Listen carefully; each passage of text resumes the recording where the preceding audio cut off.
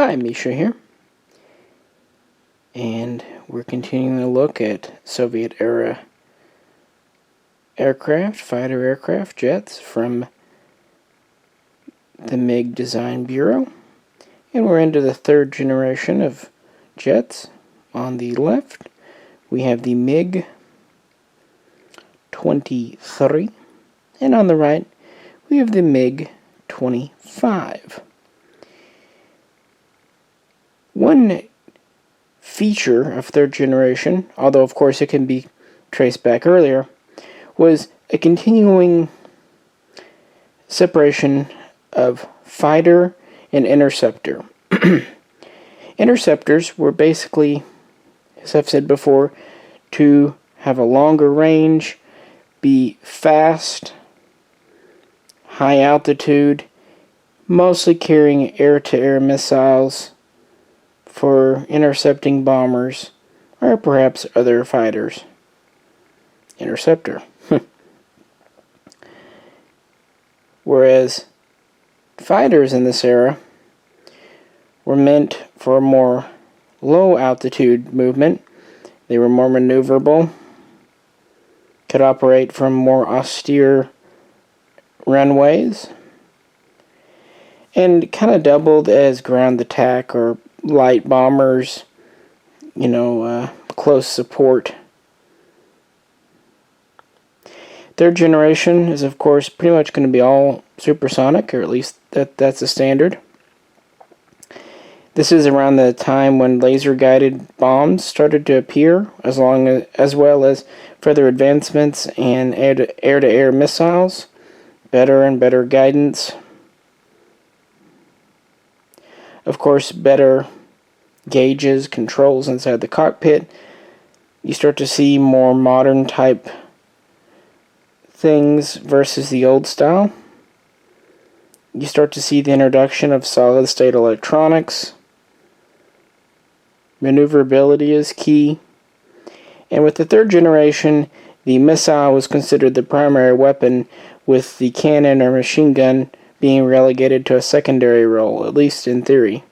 And some, like the original F-4 Phantoms, even did away with the cannon altogether, but of course it was immediately brought back. And the third generation pretty much took place from the early 60s through the 70s. And to some extent, the planes from it are, in some places, still in service today.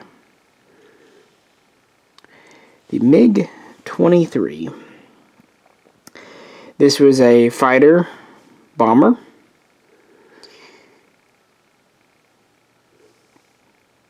As early as the early 1960s, work began on a replacement and update to the MiG-21.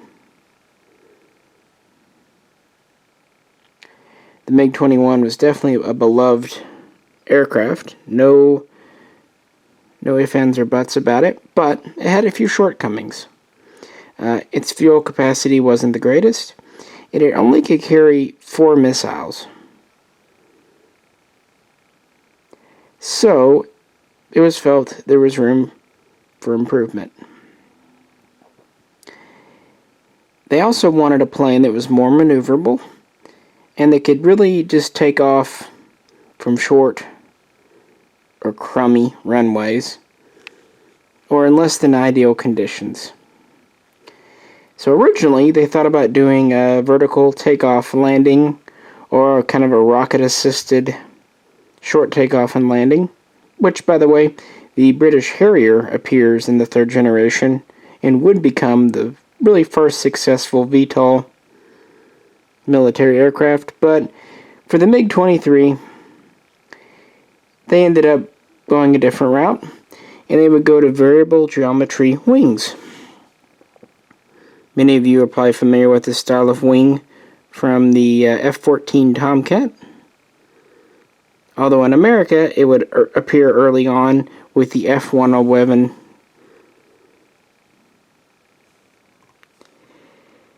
And, be used on and off on various planes since.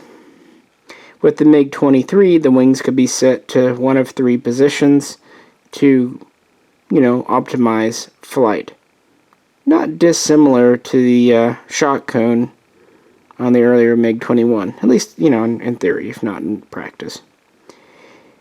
The first prototype flew in 1967, and the plane was ordered into full mass production December of that year, and would go into service in 1970. When the MiG-23 was finally rolling off the assembly line, they would make a dedicated ground attack close support version known as the MiG-27. Just FYI.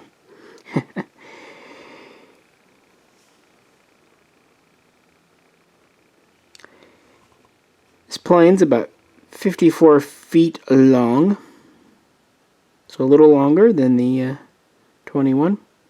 The wing sweep, the wingspan, can go anywhere from just under 46 feet fully extended down to about 25.5 feet fully swept back. This was quite a fast jet. It was capable of Mach 2.3, or even a little bit better. It had a higher ceiling than the 21. This could get up to about just under 61,000 feet. Even though we have a swept wing design, which kind of limits hard points because it's very, very difficult to put pylons on moving wings, this still managed to have 6 hard points, so greater than the 21. Essentially, you have 2 missiles on each side, one kind of right under the wing, the other one in the fuselage, and then you have a center line, which on this one has a fuel tank, but you could put stuff there as well. So not an amazingly great capacity over the 21, but more. It could carry many different air-to-air missiles as well as air-to-surface. It could also carry rockets, of course, and 500-kilogram bombs.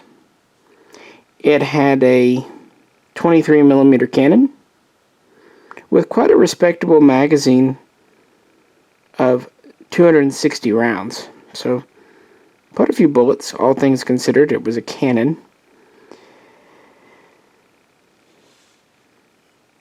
So yeah, it was definitely in many, many ways an improvement over the 21. However, many nations opted not to go with the MiG-23.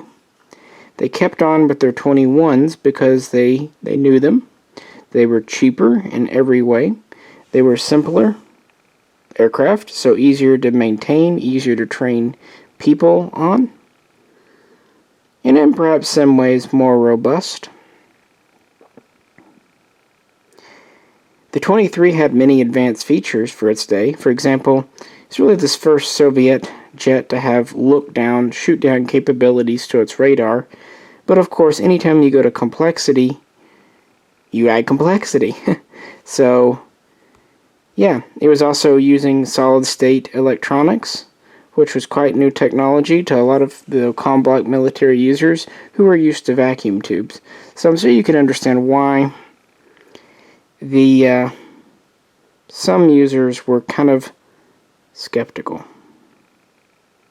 As a result, Russia was the largest user of the MiG-23, with a little over 5,000 produced between 1970 and 1985 when production ended. This one here is in a Libyan army scheme who utilized these in the 1980s, along with the 25. Also, Iraq was quite a major user of the MiG-23. It used them during the invasion of Kuwait in 1990, and it attempted to use them during the first Gulf War in 91, not terribly successfully. U.S. F-15 shot down 6 of these in air-to-air combat, and many, many more were destroyed on the ground. Some also flew over the border to Iran to escape America, where of course they were impounded.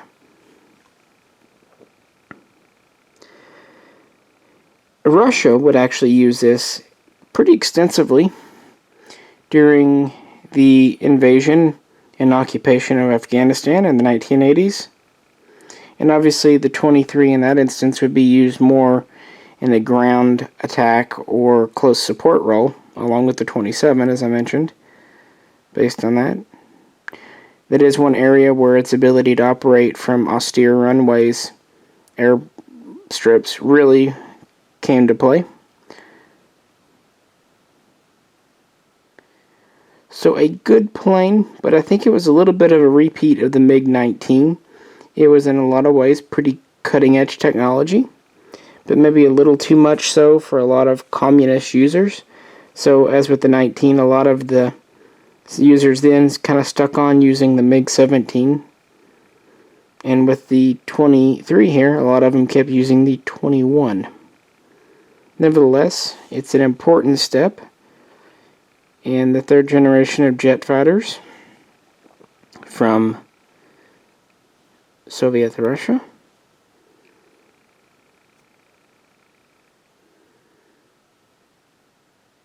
And a neat look. It's funny, you know, you look at the F-14 Tomcat, it is a huge aircraft. This has many of the same lines, but is a much smaller, sleeker aircraft. It's still highly capable. So yeah, the fighter in the third generation. What about Russia's interceptor? Here are the MiG-23's wings fully extended. As you can see, the Hobbymaster model does move. These are very stiff, kind of difficult to do with one hand, so I had to deploy them separately for you. But pretty neat. Here they are back fully folded. These do have kind of a gear inside, so when one moves, they both move, but I would advise pushing them both at the same time so the pressure is equal. Should keep things nice and tight. But they do move, and you can set them to the variable geometry to simulate different flight modes. Pretty neat. A few other the Hobbymasters also have moving wings like the F-14.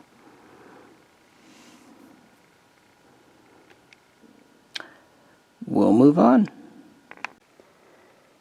Before you go to the MiG-25, just to be complete, the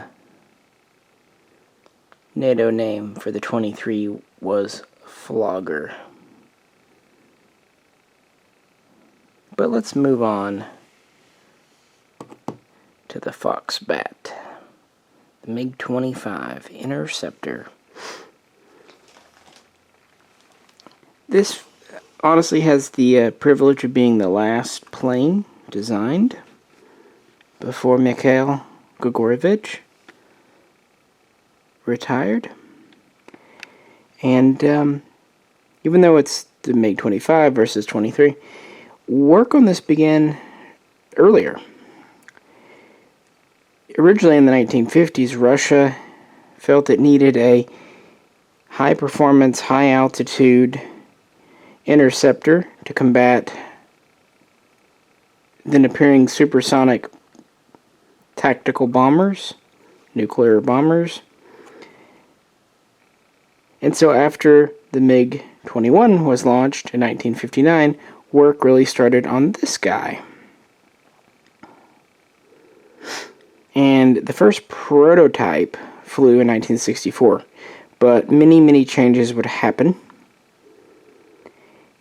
And then in 1967, another prototype was shown to the public. But it wasn't until 1969 that the more or less final version was put into production and then service. And the tech specs on this plane are impressive.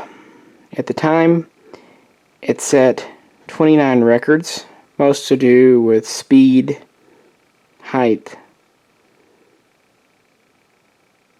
It's a very powerful aircraft with two large engines, and essentially the plane was designed to line around its engines.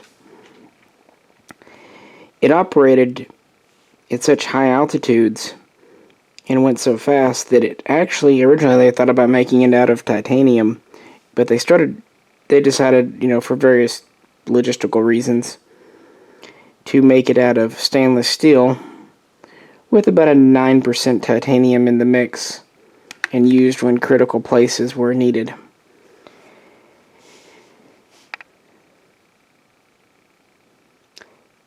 It's a big plane. It's about 65 feet long, has a wingspan of just under 46 feet. It was capable of easily reaching Mach 2.8 and could cross over Mach 3 up to Mach 3.2. However, this wasn't advised. This was for emergencies only. There was major risk of damaging the plane or engines. But it was capable. As far as its altitude, with a full payload, it could get up to about 68,000 feet. With about half payload, about 78,000. But prototypes and test versions and performance versions could get up well over 100,000 feet. And actually it crossed about 123,000 feet at one time. So edge of space.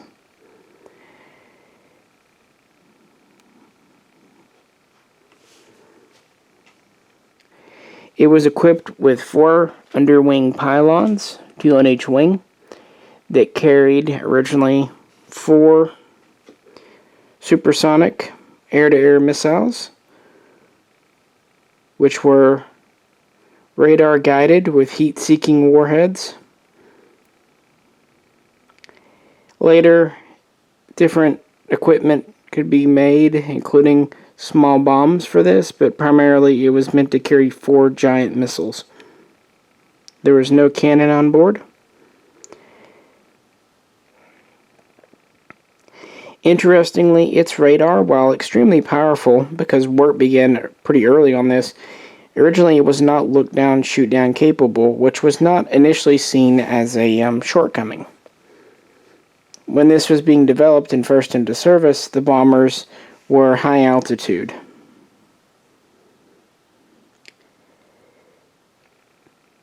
Also, because it was an older development, it used vacuum tube technology instead of newer solid state, which seems pretty retro and even did back then. However, it had a few benefits. For one, it wasn't temperature sensitive, meaning because this was operating at such high altitudes, they didn't have to worry about putting heaters next to the electronics to keep them from freezing up.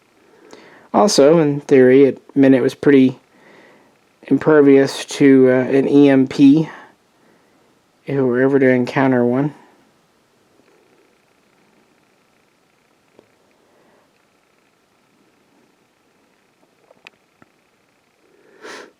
Russia primarily made this for its own use as a high-performance interceptor.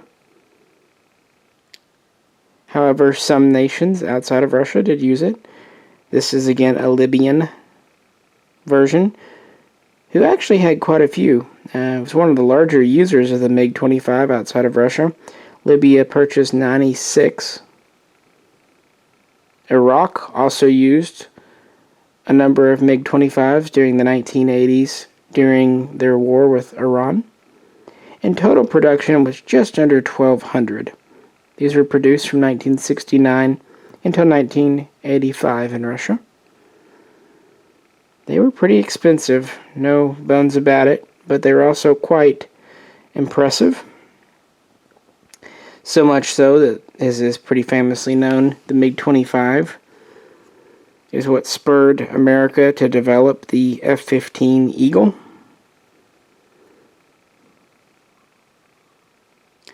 But then in 1976, Viktor Belenko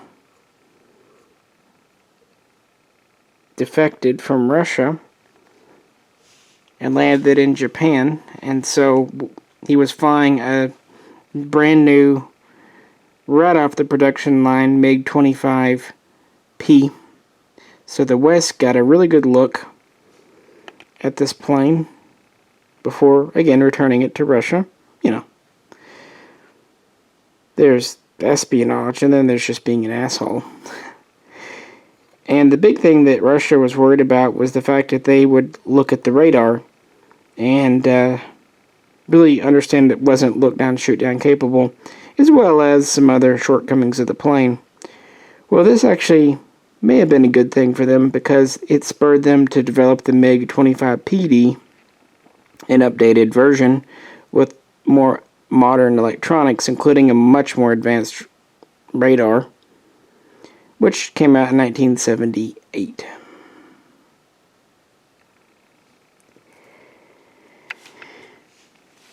Very, very interesting craft with a very interesting history. As I said, Iraq had these, and they were definitely deployed during the 1991 Gulf War. And actually, an Iraqi MiG-25 was the only Iraqi aircraft to score an air-to-air victory. It shot down an American FA-18 Hornet.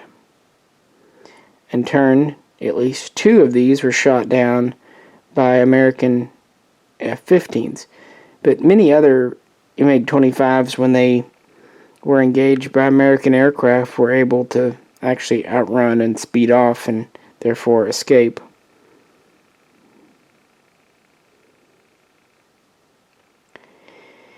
The MiG-25 would be evolved into the MiG-31 high-performance interceptor, which actually is still in service in Russia today.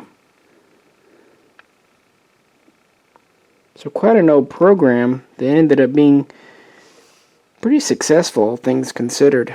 A bit of a unique plane with some somewhat glaring shortcomings, but also it did exactly what an interceptor was supposed to do, so can't really fault it for that. And these two made up Russia's 3rd generation. As far as the models themselves, doing this video I've kind of gotten a better appreciation for the Hobby Master MiG-23 and the MiG-23 in general. It's a bit of an understated plane, frankly, but it grows on you. The wings are plastic. Kind of wish they were metal, but I know why they're not. Everything else is metal, but the MiG-25 makes up for it. This is one big chunk. It's a very weighty craft, as it should be. It comes with a few different loadings for the wings, and of course option for gear up or down. But I like to do the more traditional look.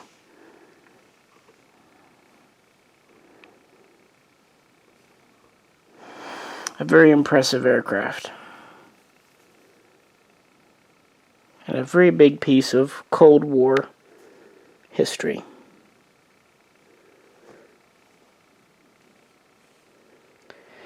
Alrighty.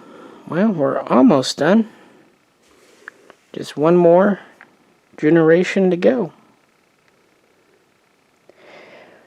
This is Misha. Appreciate you tuning in. If you could, like, share, and subscribe. Any questions or comments, post them below. And as always, I will catch you very soon next time.